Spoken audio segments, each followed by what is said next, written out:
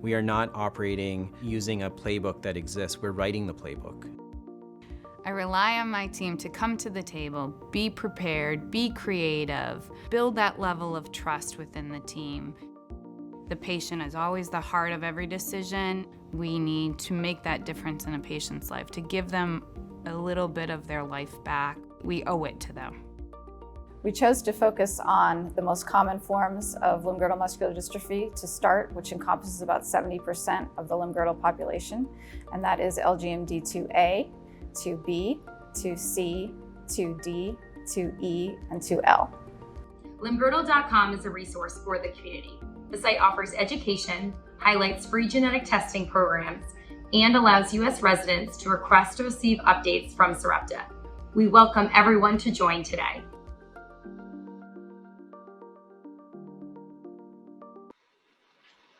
Hi, and welcome today to our simulcast. My name is Catherine Bryant.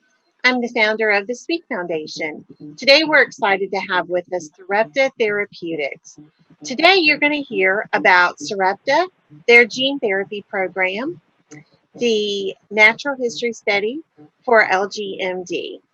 Thank you to Sarepta Therapeutics because they are a gold sponsor of the Speak Foundation's Educational Care Program Initiative, which provides educational webinars direct to the patient community.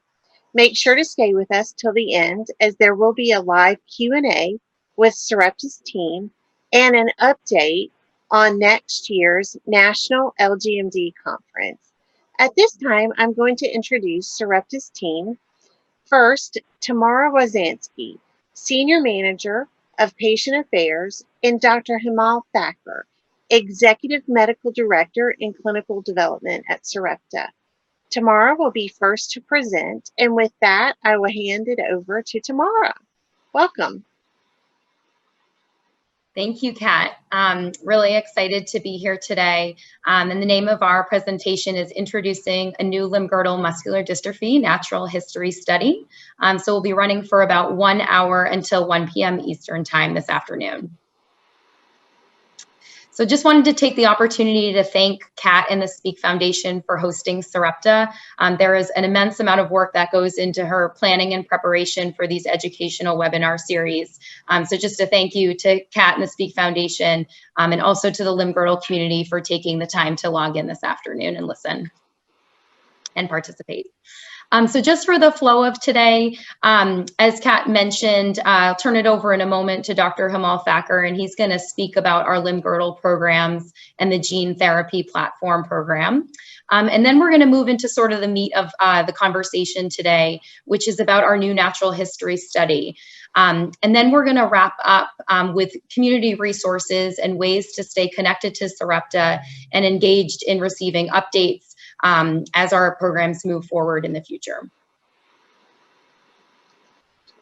So I just wanted to go over some content and questions, just a little bit of housekeeping. So our presentation is going to be housed very similarly to all the other webinars on the Speak Foundation's website. They go up about a week after our live presentation today. So if you miss it, or you know others in the community who may have missed it, please feel free to share that content. And it will be a continued resource for patients and families. Questions have been submitted in advance, and I'm seeing that many of you have already taken the opportunity to do that, so thank you. And we will do our very best to get through the most salient questions. And then we'll also do ones through the chat function live at the very end as well, and get through as much as we can. If you have questions that we don't have an opportunity to get to, please feel free to send us an email at advocacy@sarepta.com. This email is managed by myself and members of our team, so we're happy to have a live conversation or connect with you through email after today. And so with that, I will turn it over to Dr. Thakur from our clinical development team to review our programs and the study. Thank you. Thank you, Tamara. Good afternoon. So my name is Himal Thakur. I'm the Global Development Team Lead for the LGMD program at Sarepta. I joined Sarepta in January 2020, and I have almost 15 years of experience in clinical research in academia and pharmaceuticals. And I'm really excited to be working on LGMD at Sarepta. On behalf of the Sarepta LGMD team today, I'm going to talk about our LGMD program and the natural history study that is about to start. So Sarepta Therapeutics has brought together the elements essential for development of gene therapies. So what we have brought together is a great amount of productive collaborations between patients, patient organizations, physician partners, and companies that will help us achieve the goal of delivering good therapies for our patients. We have also brought together unparalleled scientific understanding of LGMD, and the team has an unwavering sense of purpose to develop treatments for LGMD. So Sarepta has 5 LGMD gene therapy programs in development. The programs are shown here. They are 2E, 2D, 2C, 2B, and 2L. And we have an option for the 6th program, which is 2A, and the option is with currently with the Nationwide Children's Hospital, but we have an option to take over the program if you want to. So I'm going to talk about some basic aspects of LGMD now. So I'll answer some of these questions that are commonly asked, and this slide can be kept as a reference, although on the website you will find a lot of good information at various websites. So what is LGMD? LGMD is caused by mutations in genes that code for proteins in the muscle. Each LGMD subtype is associated with a specific missing or abnormal protein. For example, in 2E, the beta-sarcoglycan protein is either missing or not functioning properly. And in 2C, the gamma-sarcoglycan is either missing or not functioning properly. When these proteins are missing or not functioning properly, they affect the muscle function, regulation, and repair. When the muscle function, regulation, or repair is not working properly, the muscles start getting damaged with each contraction. And when the muscles get damaged, obviously they will not work properly and individuals get weak. Both skeletal and cardiac muscle can be affected by LGMD, and the disease typically results in progressive weakness and wasting of hip or shoulder muscles. The LGMDs are a group of genetic diseases. Most of the LGMD diseases are inherited in a recessive manner, although some of them can be inherited in a dominant manner as well. We're not going to talk about the dominant diseases today. Our focus will be on the 5 programs we have, and we'll talk about those 5 programs. The LGMDs are a group of, so how do individuals present with LGMD? Typically LGMD presents in childhood, but individuals can present in adulthood as well. Individuals or parents may first notice a problem when the child begins to walk with a waddling gait because of weakness of the hip and leg muscles. The child may have trouble getting out of chairs, rising from a toilet seat, or climbing stairs. As this weakness progresses, the person may require the use of a wheelchair and other tools. So in terms of treatment, what treatments are available? Unfortunately, no real good treatment is available that will take care of the underlying problem. So most of the treatments that are available are only for supportive purposes, such as physical therapy and symptomatic treatment. Now, moving on to Sarepta's scientific approach. The Sarepta scientific approach is based on the fact that a protein in the muscle is not present in the normal quantity, or it is not functioning properly. We know which protein is abnormal. So what we do is we take the gene that is responsible for the protein, we put it in a vector, and what we do is we infuse both the vector and the transgene or the gene. The vector will transport the gene to the right place. And when the gene goes to the right place, it starts producing the protein. So what we hope to see is that when the gene is producing the right amount of protein and the protein works normally, the patient will keep on getting better. So as I mentioned earlier, we have 5 programs. 3 of our programs are in clinic. Those programs are the beta-sarcoglycan, the alpha-sarcoglycan, and dysferlin. 2 of our programs are in the preclinical stage, and the program we have with Nationwide Children's Hospital is also in a preclinical stage.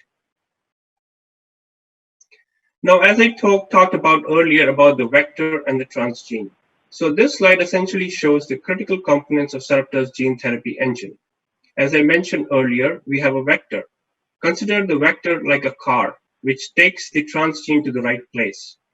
And we have a promoter that drives the expression of the transgene in the intended tissue. So what happens really is the vector will take the transgene to the right tissue, and in the tissue, the promoter will help express the protein. And when the protein is formed, the muscles, we hope that the muscles will start getting better. So on this slide, you will see 6 programs. The 3 programs on the top are called the sarcoglycan programs, and they are 2D, 2E, and 2C. The other 3 programs are shown below. The reason we are working on the 3 sarcoglycans together is because they are related to each other. They are part of the same complex in the muscle, and the presentation can often be very similar. What we hope to do is to quickly work on 2C, 2D, and 2E, because the approach to treating them is very similar. And then we intend to leverage what we have learned from these programs onto work for dysferlin, anoctomin, and calpain programs. The important thing I want to point out here, and that will be helpful because we've had some questions on that, is the vector is the same for all the 6 programs. The vector is called as AAV-RH74.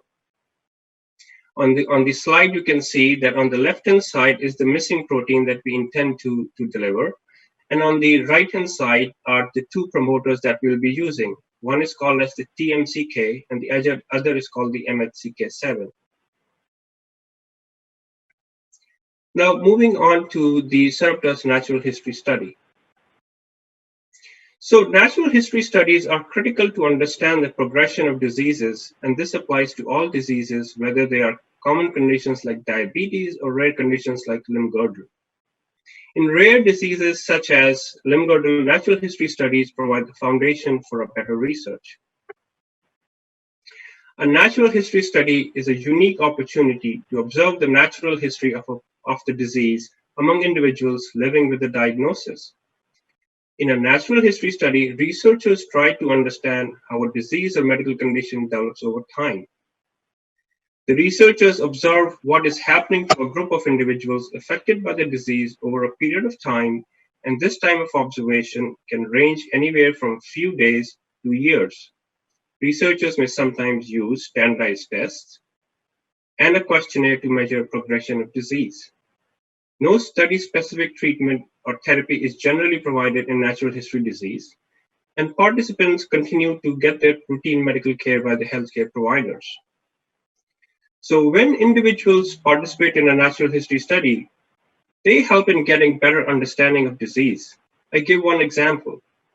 When we follow individuals with LGMD over a period of time, we may find that they lose the ability to hop on one leg compared to getting up from chair. We may also find that the ability to hop is lost after, for example, 3 years after disease onset or diagnosis. And the ability to get up from the chair is lost after 1 more year. This kind of information is really very helpful for people like us who are developing drugs, because when we are testing a treatment, we can check if the treatment is improving the ability to hop on one leg or not. And we can also check if the treatment is affecting the ability to get up from the chair or not. And we can figure out, which outcome measure, like as hopping on the leg or getting up from the chair, is the one we want to test. So next, I will talk about on this slide about the concept of outcome measures and why they are important. When we develop treatments, we want to be able to assess its effects across a group of individuals affected by the disease in a very consistent manner. This is required by the regulatory agencies, and this is required by people who pay for the treatment. We do so by measuring the effect of treatment on standardized outcome measures. An example of outcome measure may be the time taken by an individual to move a certain distance, for example, 10 meters. The natural history studies allow us to measure these outcomes in a natural course of disease. We may, for example, find out that as disease progresses, the time to walk 10 meters also increases. And by how much? Knowing this kind of information is really important, because when we develop treatments, we can see how much the time to walk 10 meters has changed after treatment. We can then compare it to what we found in natural history study, and that can help convince both the payers as well as the regulators that the treatment works. We can also then assess if the change following the treatment is meaningful or not. So these are some of the concepts I wanted to outline before we move on to our natural history study, because there will be some activities in the natural history study that will be important for these and will refer to these outcome measures. So now, the Sarepta's natural history study is called as LGMD 501 NHS. If you go to the clinicaltrials.gov and put in the information in the parenthesis, the details of the study will come up. So now, what is this natural history study all about? So in our natural history study, we will follow participants who are screened and confirmed with a genetic diagnosis of LGMD2E, 2D, or 2C. Participants will be followed for 24 weeks to 3 years, and mobility and pulmonary function tests will be conducted during this time period. There may be other tests like MRI, cardiac MRI, skeletal muscle MRI, and DEXA scans. We will also collect information on what happened to participants in the past from the time they started experiencing symptoms to present. Important to note here is that a muscle biopsy is required and a skin biopsy is optional. Now, I want to spend a few minutes talking about why a muscle biopsy is really required. Typically, a muscle biopsy is not done for diagnosis of LGMD these days. Most of the diagnosis is typically based on clinical finding and genetic testing. The reason we want to do a muscle biopsy is because we want to know how much protein an individual has at a particular time and how that amount of protein is related to the activities an individual can perform at that particular time. So for an example, if we find out that patients lose ability to walk independently when the protein level is less than, say, 30%, then we are developing treatments. We can try to make sure that the protein level stays above 30% so that the people who have the disease may be able to walk or without assistance for a longer period of time. The skin biopsy will be taken at the same time as the muscle biopsy. We keep the skin biopsy in our labs because it lasts longer than blood or muscle. So what activities will be required? So as I mentioned earlier, outcome measures are really important. And some of the outcome measures that we will look into this study are shown on this slide. I will not go into the details of each test, but I'll just elaborate on what the tests are. So the first test we'll be looking at is time to rise from floor, which is self-explanatory. The second test we will look at is time to ascend 4 steps, time to walk or run 100 meters, and then we'll also be looking at pulmonary function tests and 2 tests which are called as North Star Assessment for Dysferlinopathy and Performance of the Upper Limb, NSAID or PUL in short. So now moving on to the eligibility criteria. Who can participate in the study and who cannot participate in the study? So in terms of participation in the study, a male or female 4 years of age and older with a confirmed diagnosis of 2C, 2D, or 2E is eligible to participate. Patients will be managed in a routine clinical practice under the routine care of their physicians. No treatment will be given, as I mentioned earlier. Now, moving on to some of the criteria that would make an individual ineligible to participate in the study. So, anyone with a condition that might compromise the ability to comply with study requirements, or anyone participating in other interventional or non-interventional studies at the time of enrollment are not eligible. An example of an interventional study is someone participating in another treatment for LGMD. Someone who has a cognitive delay or impairment that compromises the ability to assess motor development will also not be eligible. The reason is that we don't want to be able to include a person who cannot follow instructions because they have to perform the outcome measures or the tests I described earlier. If someone is not able to follow instructions properly, then we will most likely get erroneous results which are not helpful. So this slide essentially describes the activities that an individual who decides to participate in the study will have to follow. So it's a busy slide, but I think I will take a moment to elaborate on what the activities are and how much time one could expect to spend at the clinical site doing these activities. So in the beginning, there will be a visit that will typically require 60 to 90 minutes. That's called as the screening visit. And after that, about 3 to 6 weeks after that, there will be another visit at the site. That visit will also require about 60 to 90 minutes, but you'll have to talk to the site because the site may take a longer period of time depending on how they're set up. After the first two visits, the visits will typically occur every 3 months for the first year and every 6 months for the second and third years. In between the in-site visits, there will be phone calls, and the phone calls will typically take about 15 to 20 minutes. And what we will do during the phone calls is we'll find out how you are doing, if you had any side effects from the treatment. If you've had any problems with LGMD, underlying diagnosis has changed, or anything else has happened to you. So now moving on to some of the common questions that we have been asked in the past and have come to us. So the first question is, will there be any cost? Well, we will pay for all the costs for the testing that is done in the study.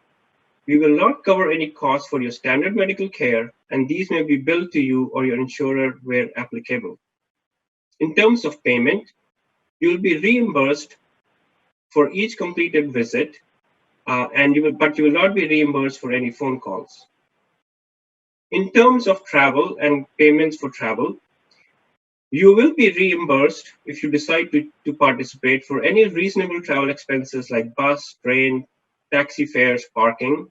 And we have made arrangements with a third-party travel company that will take care of all the matters for you with respect to travel and lodging.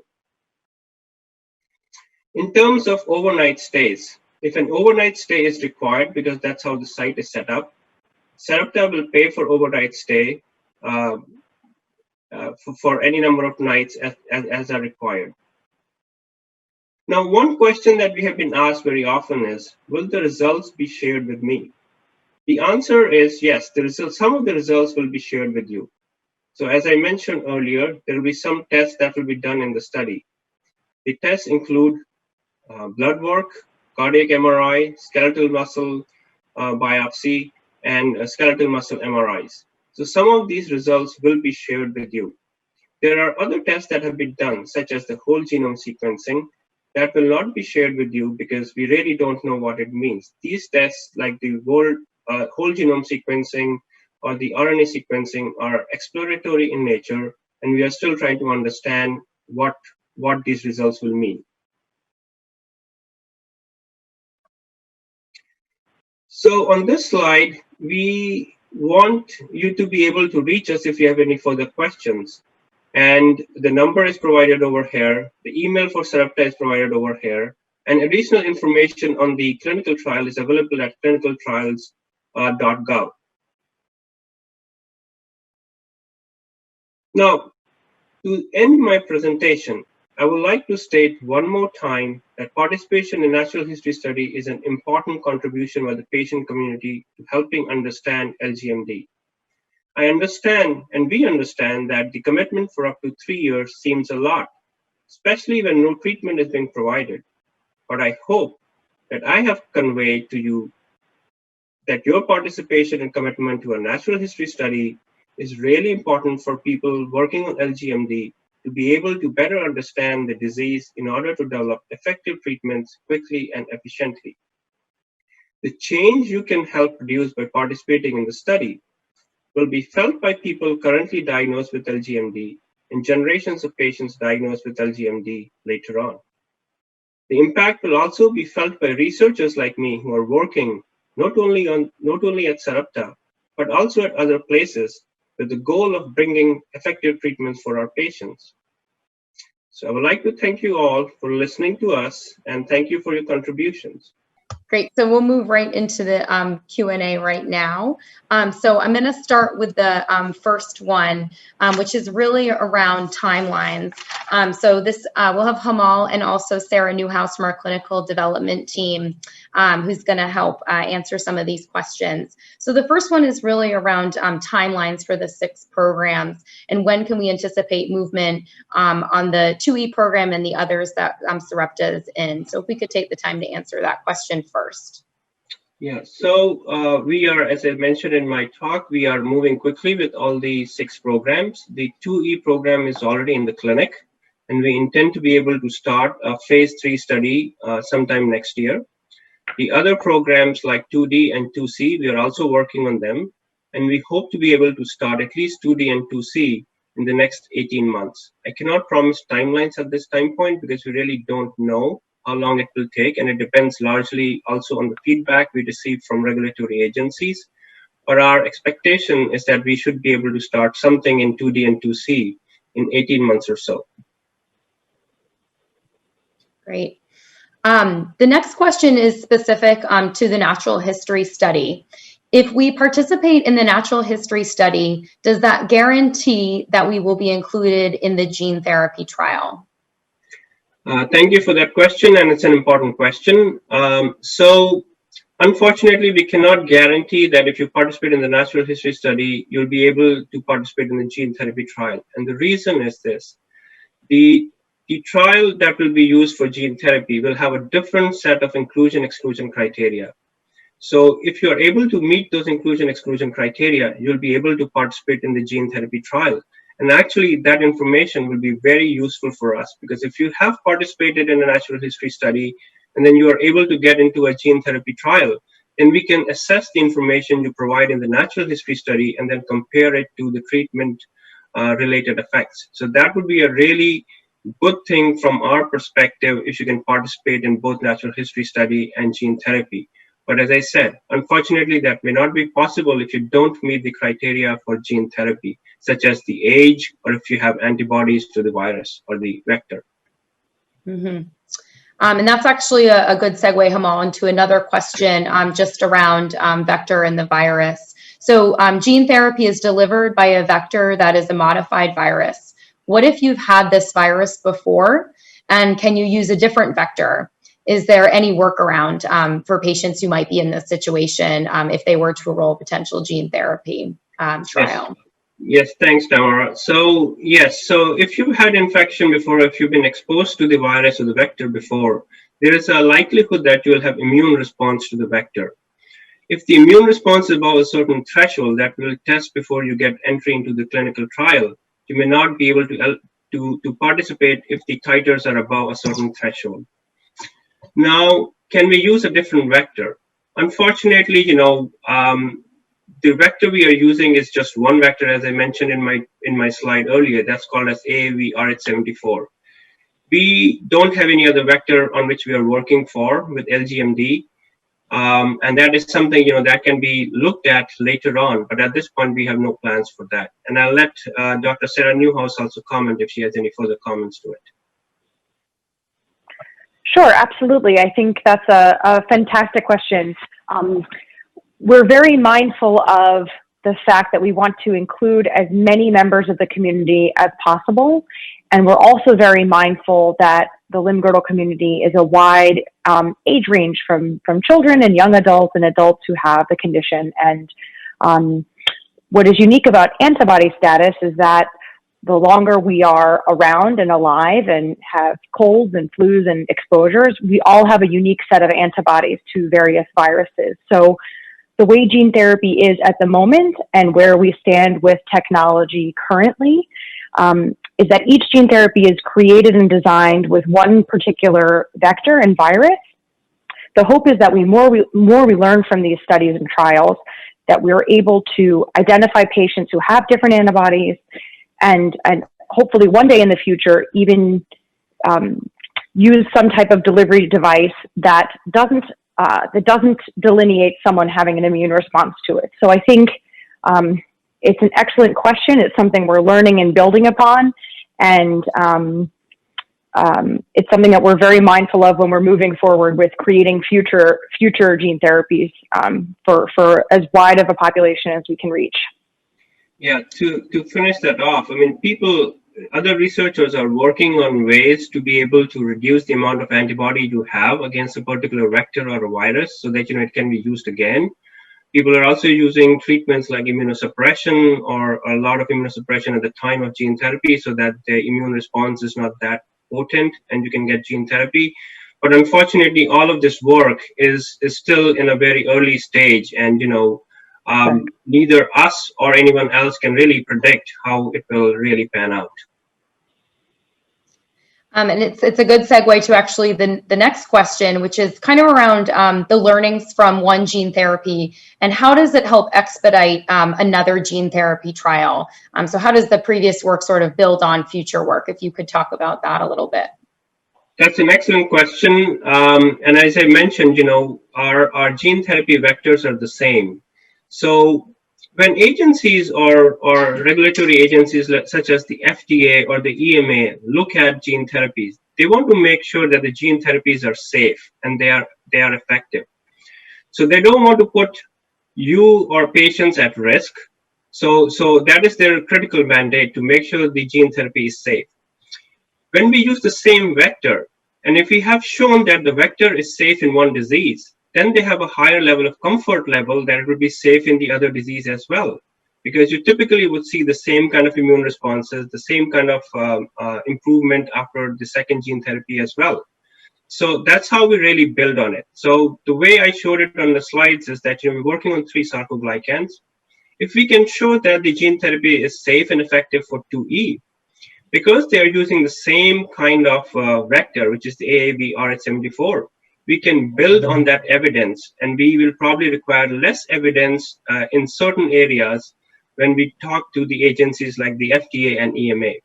And once the second gene therapy has been approved, then you have more data on safety and efficacy. Then you can build and you can use that 2 gene therapy data to convince the agencies and payers that the third one will also be the safe, because it's using the same sort of AAV-rh74 vector.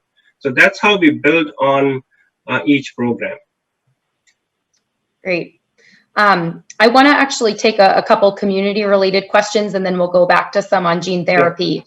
So Limb-girdle.com is a resource for the patient community, and I saw a couple comments just around the link working or not working. So I just wanted to say that it's Limb-girdle.com, not www.limb-girdle.com. And that is a resource that we have for the community. We actually have patient stories that are live currently that have been put together as part of our awareness work for Limb-girdle Awareness Day coming up on September 30th. And there's also other resources on genetic testing and how to stay connected on our future work. So in the upper right-hand corner, there's a button that says Stay Connected, and that's an opportunity to put your name and your email and your subtype if you wish to stay connected. And I'm seeing some questions just around getting connections to others, and for instance, the 2I community and other advocacy or patient connections. So if you send us an email at advocacy@sarepta.com, as I mentioned, that's managed by myself and our team, we'd be happy to make connections with others in the community and offer up some advocacy resources. There is a foundation specifically working in 2I, so happy to have a conversation and chat more about around that work. With that, we'll go move back into some more gene therapy questions. So one of them is, if you've lost muscle mass in your legs, can you get gene therapy in your arms only? So this is about sort of how gene therapy is actually administered, and about kind of who is available, who is gene therapy available for. So the way we are testing the gene therapy is that will be delivered by an IV injection. So it will be an IV infusion, like you get any infusion in a hospital. The goal really is that the vector should go to all the skeletal muscles, because in LGMD or any other neuromuscular diseases, typically all muscles are affected. All, for example, in LGMD, the skeletal muscles are affected almost everywhere. So what we want to do is want to make sure that the gene therapy goes to all skeletal muscles, not just arm or leg. The goal really is that that even if your legs are weak, there are still some muscles that might be healthy or might be able to get healthy with the gene therapy because we are replacing the missing protein. And the expectation is that, we will be able to maintain those muscles that are weak, but not completely fibrosed. And the expectation is that the gene therapy will go to all muscles in the upper arm, lower arm, in your lungs, in your diaphragm, and it will help all the muscles. So that's what we really intend to do, because we want to bring improvement in a patient's life globally, all over, not just one muscle or the other. So Dr. Newhouse, you want to say something about that too? Sure, I think I would just add that it's what we call systemic administration. So it affects everything in your body. And so we don't give, I'm not sure if the question was, would it help one over the other? Or if the question was, can I only get it in an affected area? At this time, when the studies first started, we actually tested gene therapy in animals and also in humans in certain limbs, and we found that it was effective, so effective, in fact, that it would leak into other parts of the body and have a positive effect on other parts of the body outside of where it was initially infused, showing its sort of extent of its power and function. So we found that even if we restricted its administration to one area, it actually had positive effects throughout. So at this time, we are able to give a systemic infusion and have it perfuse and course throughout all of your body, but we don't give selected treatment just to one affected limb or the other. Its ability to improve and increase strength in each muscle group, as Dr. Thakur said, will be related to how much muscle mass you have left there.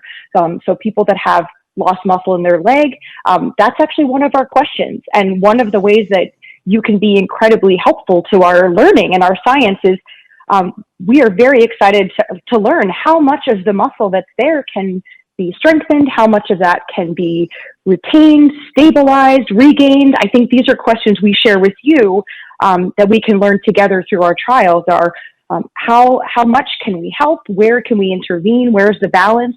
The muscles in your arms that feel stronger, how much can those improve? So as those are questions for you, those are questions for us. And our goal is we want to make what's working better and what's weaker stronger. So that's all the direction we're trying to move. I don't think we have an exact answer, but at this time we think systemic administration, as a long story short, is the most effective way to reach and help as many things as we can. Great. Thank you, Sarah. This is a question around sort of our global sites. So will the next 2E trial be a global trial? And perhaps you can elaborate a little bit on the sites that we'll have for the natural history study and some of the thinking around where we'll have our sites for our trials and the study. Right. So the natural history study will be a global study. We are trying to have sites in the US, EU, Latin America, and and our pivotal study will also be a global study, so that and we are trying to match up, if possible, the sites where we can do the natural history study and the gene therapy study. The sites for the natural history study have been selected or are in the process of being selected. And when we begin our phase 3 trial next year for the 2E, we will be picking up sites, but they will be global. That's our intent. And for other subtypes, so one of the questions is, do you have a program for 2I at this time? And are there goals to kind of expand our portfolio of the limb-girdles that we're focused on? Yes, so we do intend to expand our portfolio, but at this point, I'm not able to comment more on the programs outside the 6 programs you've talked about. We're going to move back to gene therapy and kind of expectations. So one of them is, what can be expected from gene therapy? Will it help someone walk again? Will adults be able to get gene therapy is another question. I'm just trying to understand age, and also what is Sarepta's expectation with gene therapy, and what outcomes are we hoping to have? Right, so that's a very good question. And as Dr. Newhouse said, that our expectation is that with gene therapy, we'll be able to improve muscles all over the body, all over the skeletal muscles all across the body, including and the cardiac muscle as well. Now, to the point of whether we'll be able to make someone walk, I think, that would be wonderful if we can do that. But based on what we know, our expectation is that the muscles that have not been completely damaged or fibrosed will be able to improve those muscles. And that's why we want to understand in a natural history study how you are doing, because then after the gene therapy, we can see how much improvement you've had following gene therapy. If someone participates in a natural history study and they have some weakness on the leg, and they get gene therapy in a gene therapy trial, then we can assess how much improvement they've had in that leg after the gene therapy. And that's an incredibly important question for us, because we may find that before you lose a critical amount of muscle mass, we may be able to keep it for a longer period of time. So that, if you're walking, but if you're walking with a cane and we give you gene therapy, it is possible, we hope, that it will help you walk for a longer period of time rather than losing ambulation. So our goal, if it would happen, if someone who is in a wheelchair could be able to walk again, that would be wonderful. But I don't want to set any expectations to that in that regard. I think the goal is to improve the muscles, and we'll have to assess how much improvement we can get. If I can just hop in, I wanted to say, just wrapping in possibly some other questions that I think have come through.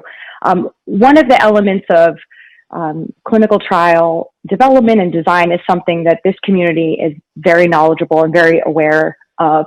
And one of the parts that is challenging as the scientists and the doctors that want to get these to you, and challenging as the community, is that with many treatments, we start with a very small group of subjects that we try the therapies in. And the goal of that is to see if it's safe, how it works, and how can we improve.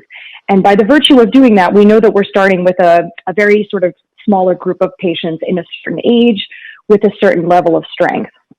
And we hope from those learnings in that smaller population that we can assess very narrowly to broaden the group of patients that we can test and try it out. So with that said, we start in patients that tend to be younger, patients that tend to have a certain amount of motor function, strength, and sort of physical therapy skills preserved. And then as we see as it works in that population, we're able to expand to patients with all sorts of levels of functions and skills. So I think we recognize that can be a timely and admittedly frustrating element of the drug development process. But that is what, building on a previous question, that is the way that we're able to sort of expand and learn from each trial and take that data and expand it onto other subtypes, to other patients with different strength levels. And that is our ultimate goal, but we don't really know where that threshold resides and where it is, and where those elements of improving muscle can be. So I think to add on what Dr. Thakur was saying, why a natural history is so important is, in order to say, can your gene therapy get me from A to B? Can it improve my arm strength? Can I do my laundry and carry my groceries again? We want to learn and see, how do you function over a 12, 18, 24-month period? What are the skills that you're able to do? What are the skills that have become more difficult for you? And when we are able to understand that from you, we can better answer that question and say, this is how we know our therapy worked. This is where we know our therapy intervened. These are the skill sets the patients had. These are what you guys were able to maintain and keep throughout years. But without that baseline understanding, we aren't able to give those really detailed answers back to you. And that's why the natural history, which may feel a bit of a consolation because it's not a drug trial, it's not interventional, that's why those natural histories are so important, to give us a foundation to know where you are, where are you starting, and guess what? We need to learn from you what skills are most important to you. What is the most important part of your life that is affected by this disease? Where can our therapy help? What are the skills that impact your life, your family, relationships, jobs, and where can this therapy take you from one place to another? So that's where that interaction of the natural history is so helpful. We try to be as scientific as possible, but we also need to know what's important to you. What milestones and strength levels would be life-changing for you and help you and your family, your children, your partner. We want to know that. So that's where that sort of feedback loop of, we can give you those answers when we're able to learn from you, and then we learn from you, and then we can tailor our therapies and our assessments. And so it's that interaction with us and you as a community of all different subtypes of limb-girdle that help filter, because we know it's such a wide group of ages and genders and strength levels at different times in life. And so that's why these elements are so critical to us understanding. So I just want to stress that enough, that we would love to give you those detailed answers, but we need your help to answer them. So that's all I wanted to add. Right, and that's why I think, that's why I think I'll add the final comment here is that, that's why we have very standardized ways of looking at some outcome measures in the natural history study. Sometimes, there is a feeling that, it's another natural history study. But the key point I think I want to stress is that, most of the, at least what we know of, most of the natural history studies have not collected the data in the way we would like to see. Because, having the information in that format, like, how much time you take for a 100-meter walk or run, how much time you take to get up from a floor, those things done in a systematic manner in a natural history study is critical for us, because those are the measures we'll be using in our pivotal phase 3 study, and having that baseline is really, really helpful for us. So I would again echo what Dr. Newhouse has said. We need your help. We want you to help us help you. So please strongly consider participating in a natural history study.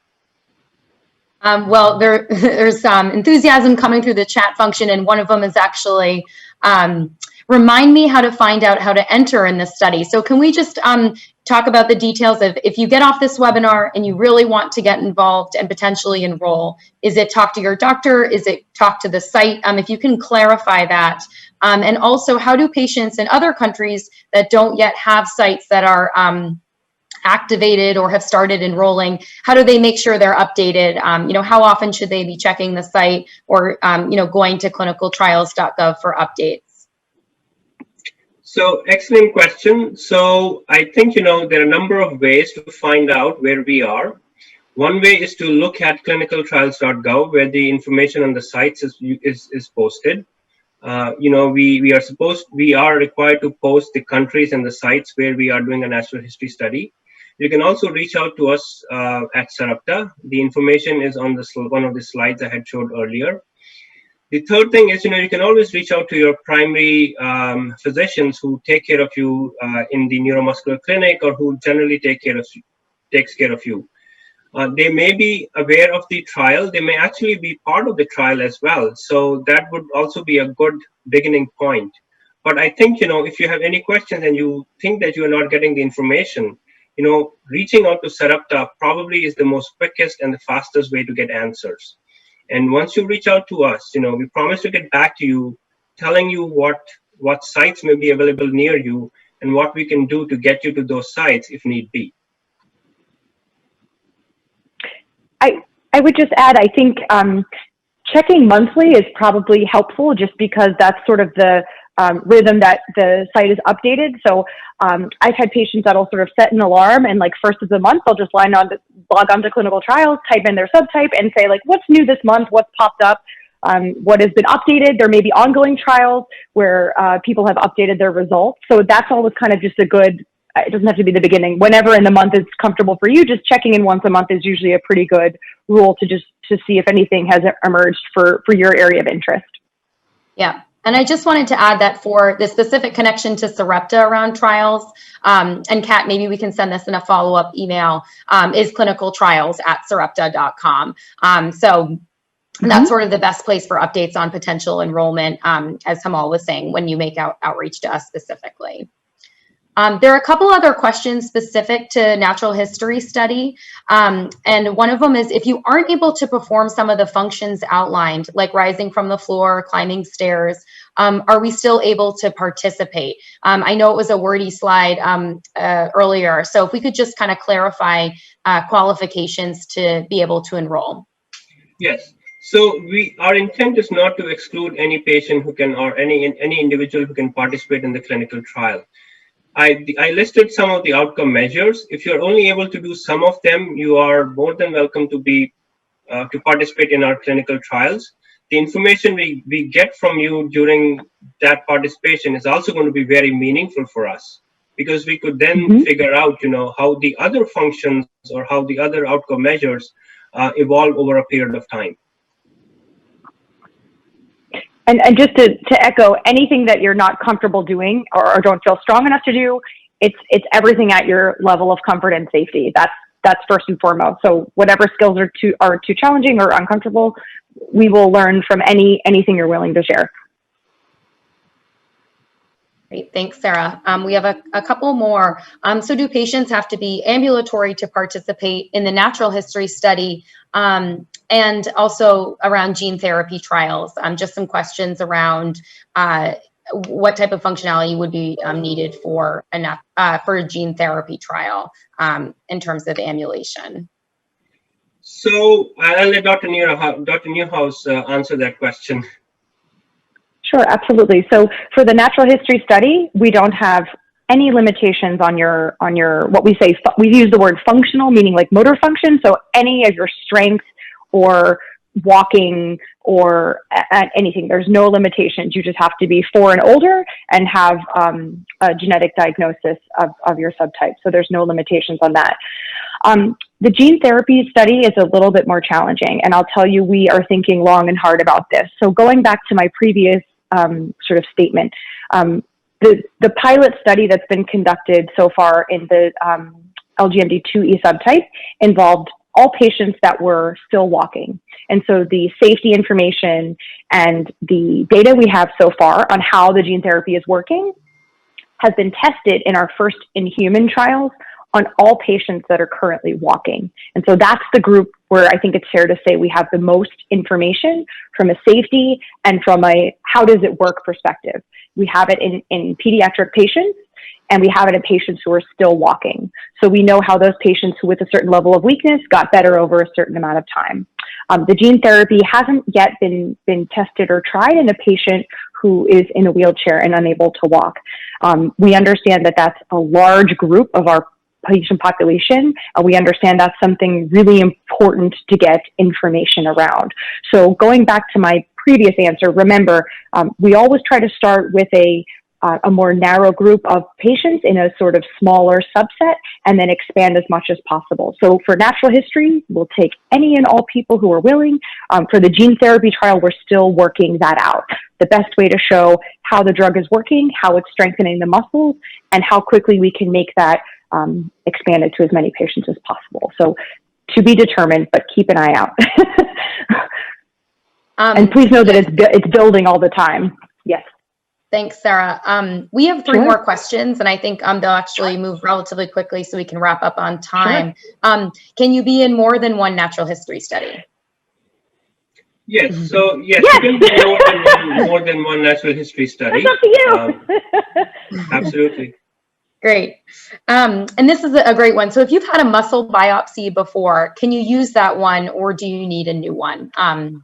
So that's a great question, and probably on a lot of people's minds. Right. So if you've had a muscle biopsy in the last few years, we may be able to use that muscle biopsy, and you may not need a new muscle biopsy. The reason why we require, and I say that, is because, in the olden days, the test for the amount of protein you have was done in a slightly different manner.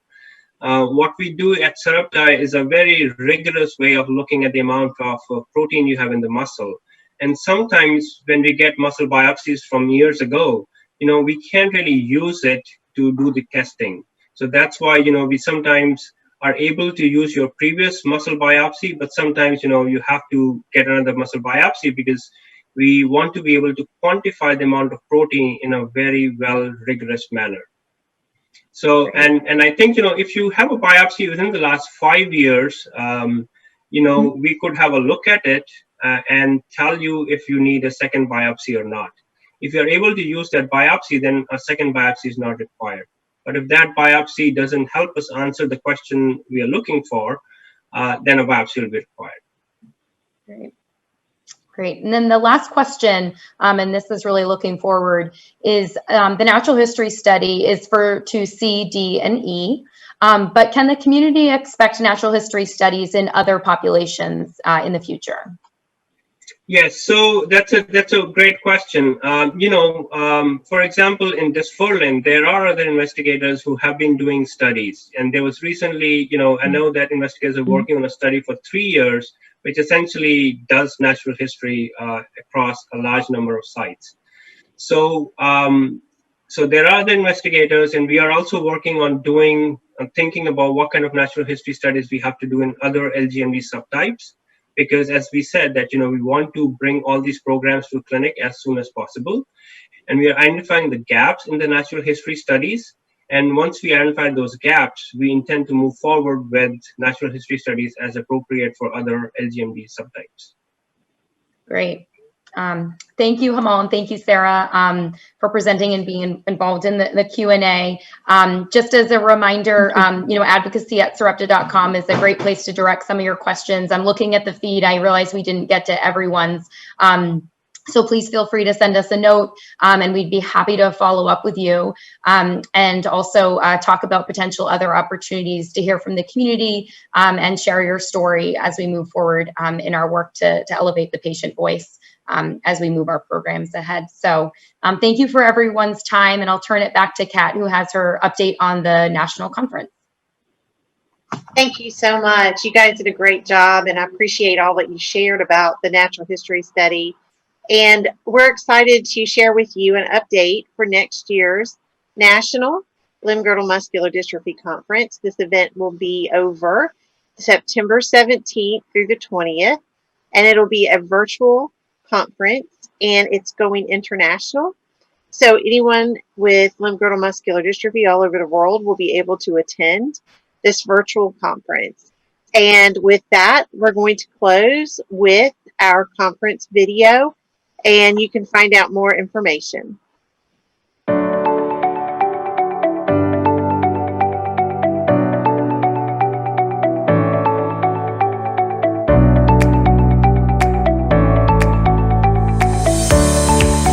So happy to be here this weekend to meet everybody that I have met on social media, meeting them face to face, and just able to connect and, talk about different things that we deal with on a regular basis. And a conference like this means a lot to me. It's been very educational, first of all. I love the fact that we're able to have the researchers here and the doctors here with the patients as well. Just looking forward to working together with all the other limb-girdle groups that we can have one stronger voice together. We just want to gain a little bit more knowledge about the disease and become part of the community. So far it's been fantastic.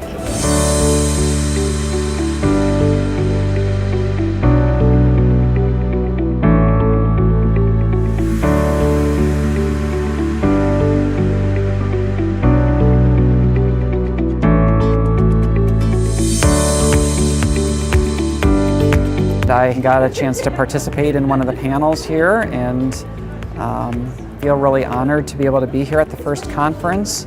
Hoping that I'm going to learn a lot of things that I'll be able to take back to the clinic and share with the different families that we work with. Being able to meet people's caregivers and their loved ones, and seeing just the amount of joy and the determination to find a cure and to be able to really help each other out. The larger support system has been really amazing to witness. Exhilarating. Life-changing. Awesome.